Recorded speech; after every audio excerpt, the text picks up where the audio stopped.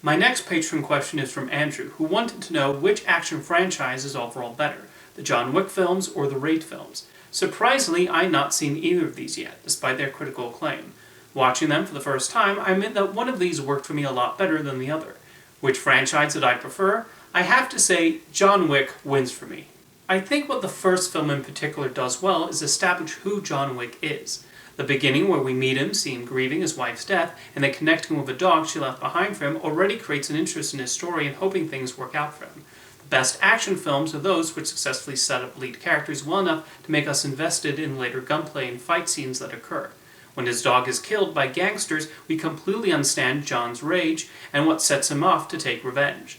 John Wick could have easily just been a simple revenge story involving a former assassin. Instead, the filmmakers introduce us to a whole assassin underground.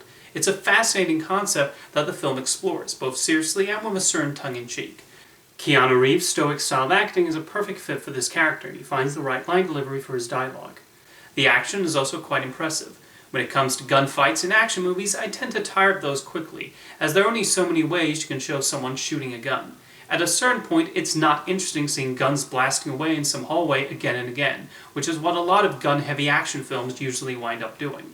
However, director Chad Stahelski, along with longtime stuntman and coordinator David Leitch, who serves as a producer on the series, brought an almost balletic quality to the gunfights that allowed them to stand apart from others of that ilk. The John Wick sequels will continue to open up the world and show more of how this assassin society operates. It takes some creative angles, like showing what happens when someone breaks the rules of the organization and other secret aspects. They also get more over the top, and yet somehow don't get too overboard with the theatrics. The action remains within the logic of the John Wick universe. I won't pretend these are the deepest movies, but the filmmaker is able to build an intriguing plot, introduce fascinating new characters for John Wick to ally with or go up against, and craft entertaining and ridiculous action sequences. I enjoyed watching John's journey evolve, and I'm curious to see where they take this story in the next movie. The Raid films, on the other hand, I found to be rather tiring experiences. I do give credit that director Gareth Evans wastes no time in getting the plot rolling and throwing a police squad into this apartment building to stop a crime lord. At the start, it seemed like the film might be a commentary on police brutality.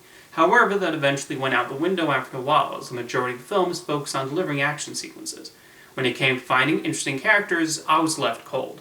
Only the villain has somewhat of a screen presence, but he's also barely developed. I could somewhat forgive this if the action was entertaining. However, most of it consisted of simple gunfights, exactly the sort I just mentioned John Wick managed to avoid.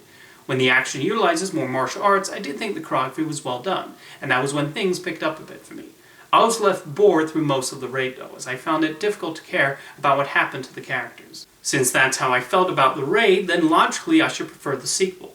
In The Raid 2, Evans decided to devote a lot more time to character development and exploring the personalities on screen. And yet, I actually disliked the second film even more than the first. The characters were still thin and given basic archetypes, and was also a lot more unpleasant than its predecessor. These action sequences seemed to exist to shock the audience, how grotesque they were, although there were also dialogue-driven scenes that relied on shock value.